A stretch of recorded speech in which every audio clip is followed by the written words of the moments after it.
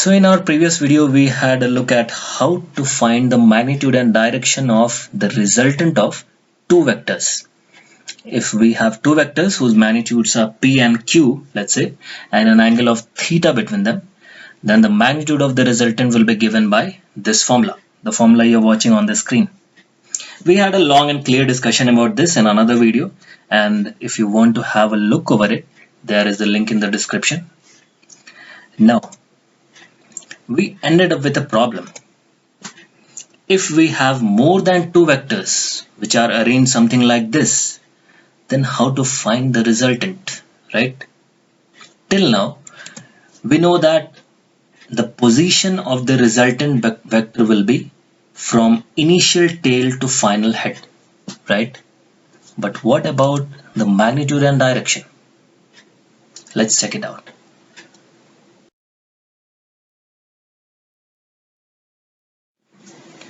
For example, we have two vectors, vector AB and vector BC, whose magnitudes are given as 4 and 3, and the direction of AB is along the positive x-axis and the direction of BC is along the positive y-axis. That is why it is 4i and BC is 3j, right?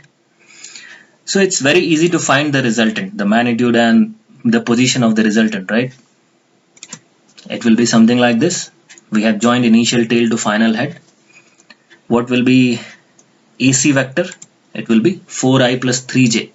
And what will be its magnitude? Under root 4 square plus 3 square, which will come out as 5, right?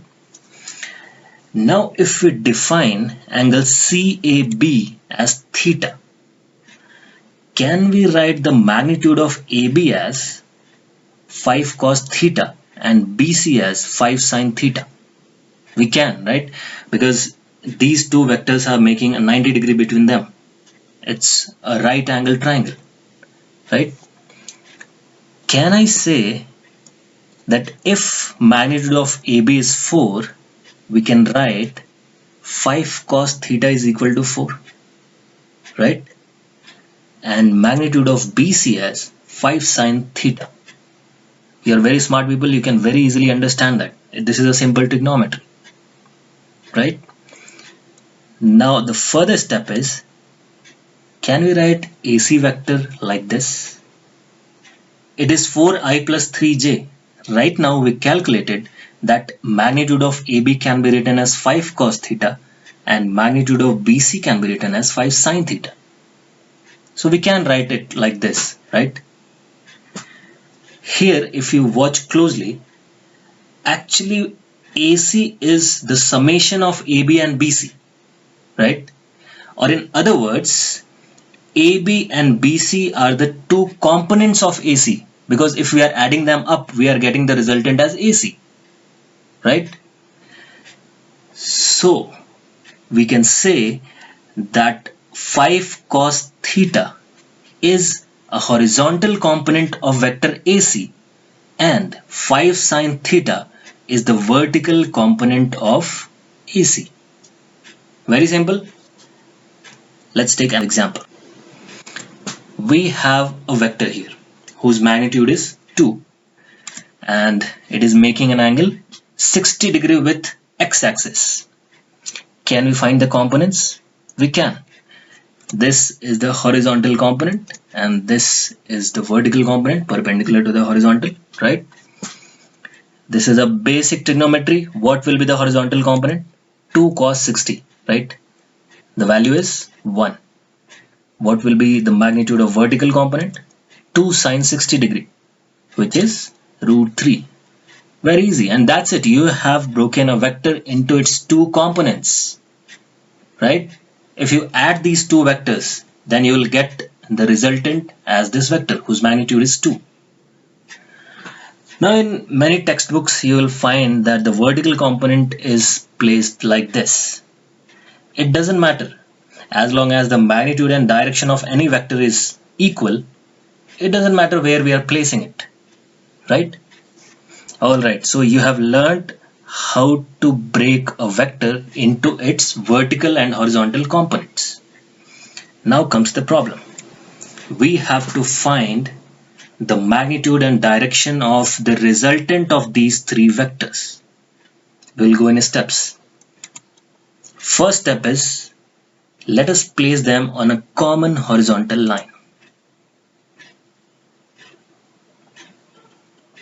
Alright, let's say we have been given that they are making an angle 30 degree, 45 degree and 60 degree with horizontal, and their magnitudes are 2, 4 and 6. Can we break each of the vectors into their horizontal and vertical components? Right, we can. Alright, so let's start.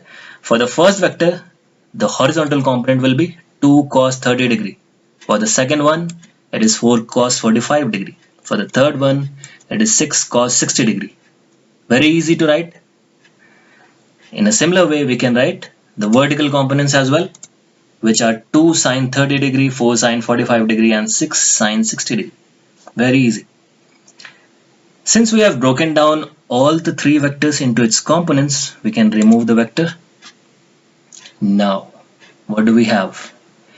We have three horizontal vectors.